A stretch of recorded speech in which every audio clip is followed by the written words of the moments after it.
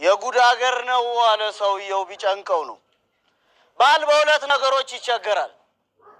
አጥር እየጣሰ ጅብ ከብት ይበላበታል። አጥር እየዘለለ ውሽማ ሚስቱን ይተኛበታል። በዚህ የተጨነቀው ባል ወደ ሰፈሩ አንጋፋ አዛውንቶች ጋር ሄደው አረ እንደዚህ አይነት ችግር ገጥሞኛል ምን ማድረግ አለብኝ ሲል በአጥሩ አጠገብ ጉድጓድ ቆፍርና ሰንበሌጥ ሸፍኑ አሉት። ባልም ታዛዥ ነው እንደተባለው ያደርጋል።